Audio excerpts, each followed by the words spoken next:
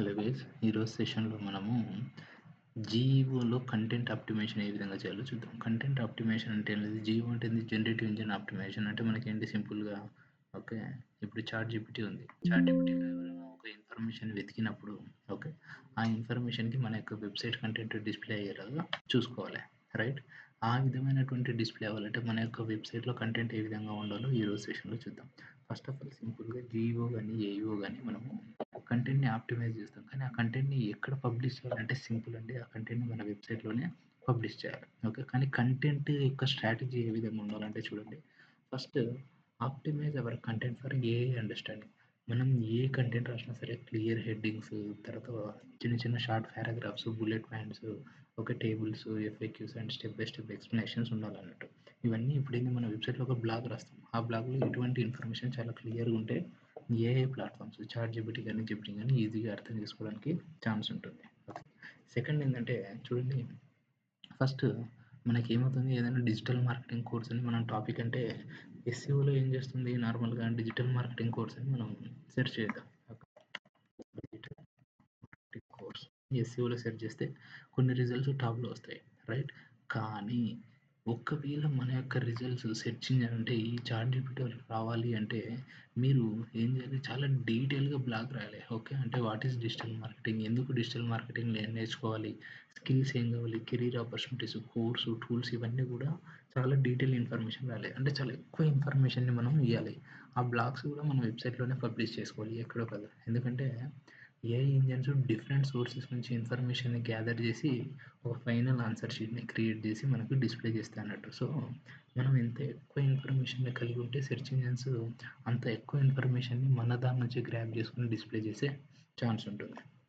And optimise content for AI prompts. Okay. సింపుల్‌గా చెప్తాను. మనము సేమ్ గూగుల్‌లో డిజిటల్ మార్కెటింగ్ కోర్స్ అంటే కొన్ని ఇన్‌స్టిట్యూట్స్ వస్తాయి, రైట్? కానీ ఇక్కడ మన యొక్క కంటెంట్ రావాలంటే సింపుల్‌గా చూడండి. అక్కడ యూజర్ ఏ విధంగా అడుగుతాడు? డిజిటల్ మార్కెటింగ్ కోర్స్ అని అడగడు.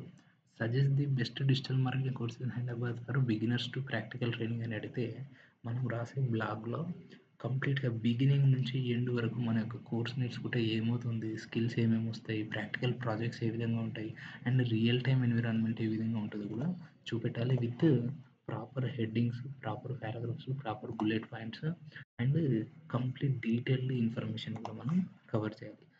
వీటితో పాటు వీటితో పాటు మనం మెయిన్‌గా చేయాల్సింది ఏంటంటే, ఫర్ ఎగ్జాంపుల్ ఇప్పుడు నేను డిజిటోరియన్స్ బ్లాగ్‌లో ఒక వెబ్‌సైట్ రాస్తున్నాను. ఓకే. ఒక బ్లాగ్ రాస్తున్నాను.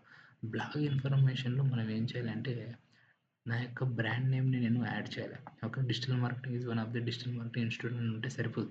Digital marketing is one of the digital marketing institute ఇలా వద్దు. ఓకే. నా యొక్క బ్రాండ్ నేమ్‌ని యాడ్ చేయాలి. తర్వాత సర్వీసెస్ ఏంది? Best digital marketing offering advanced AI powered digital marketing training అనేది services located in Madhapur and KPHB అనేది లొకేషన్స్ యాడ్ చేశాను. And the session will be conducted by 15 years real time expert Naresh, founder of Digitorians అని కూడా నేను రాశాను. That means మీరు మీ యొక్క వెబ్‌సైట్‌లో ఎటువంటి బ్లాగ్ రాసినా సరే క్లియర్ ఎంటిటీ అంటే బ్రాండ్ ఇన్ఫర్మేషన్ రాయాలి. హిస్టోరియన్స్ గురించి రాసాము. అండ్ అలాగే ఆథర్ ఎవరైతే ఉన్నారో తను experienced person. Okay. And real reasons add చేస్తే సెర్చ్ ఇంజిన్స్ ట్రస్ట్ చేసే ఛాన్స్ ఉంటుంది. ఎందుకంటే మనకేం చేస్తుంది, ఇప్పుడు సింపుల్ ఒక ఎగ్జాంపుల్ చూపిస్తాను చూడండి.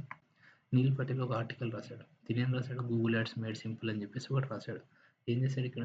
తన ఇన్ఫర్మేషన్ రాశాడు. ఇప్పుడు ఏమైతుంది, మనకు ఒక ట్రస్ట్ క్రియేట్ అవుతుంది. ఓకే, వీడెవడో చాలా నాలెడ్జ్ ఉన్నోడే రాశాడు అని చెప్పేసి ఒక ట్రస్ట్ అనేది ఒకటి క్రియేట్ అవుతుంది. దాని తర్వాత మనం రాసే బ్లాగ్‌లో ఇతను చూడండి, తన యొక్క రియల్ టైమ్ చార్ట్స్ ఇక్కడ షేర్ చేశాడు. ఓకే, ఇక్కడ చూడండి. ఇది కూడా రియల్ టైమ్ షార్ట్స్ అన్నట్టు. ఈ విధంగా చేయడం వల్ల ఏమవుతుంది, తనకు రియల్ ఎక్స్‌పీరియన్స్ ఉంది. ఆ రియల్ ఎక్స్‌పీరియన్స్‌ని మనతోని షేర్ చేస్తున్నాడని మనం ఏ విధంగా అయితే బిలీవ్ చేస్తామో ఏఐ ప్లాట్‌ఫామ్ అంటే చాట్ జీపీటీ, జెమినీ కూడా అదే విధంగా బిలీవ్ చేసి మన యొక్క ఇన్ఫర్మేషన్ ఎవరైనా ఎక్కడ అడిగితే డిస్‌ప్లే చేయడానికి ఛాన్స్ ఉంటుంది అన్నట్టు. ఓకే. సో, సింపుల్‌గా ఏం లేదు. ఖచ్చితంగా బ్రాండ్ ఇన్ఫర్మేషన్ ఉండాలి. ఆథర్ ఇన్ఫర్మేషన్ ఉండాలి మనం రాసే కంటెంట్‌లో. అండ్ అలాగే కంటెంట్‌లో క్లియర్ హెడ్డింగ్స్, షార్ట్ పారాగ్రాఫ్స్ ఇవన్నీ డీటెయిల్‌గా ఉండాలి. And real case studies include చేయాలి. అండ్ అలాగే బిగినింగ్ నుంచి ఎండింగ్ వరకు ఆ కంటెంట్ రిలేటెడ్ మొత్తం టాపిక్‌ని మనం కవర్ చేస్తే ఏఐ ఏం చేస్తది, మల్టిపుల్ రిసోర్సెస్ నుంచి కాపీ చేసే ప్రాసెస్‌లో మన ఇన్ఫర్మేషన్‌ని కూడా గ్యాదర్ చేస్తుంది. And complete details about that particular topic గురించి మనము క్లియర్‌గా మన యొక్క వెబ్‌సైట్ బ్లాగ్‌లో ఇన్ఫర్మేషన్ రాయాలి. Okay guys.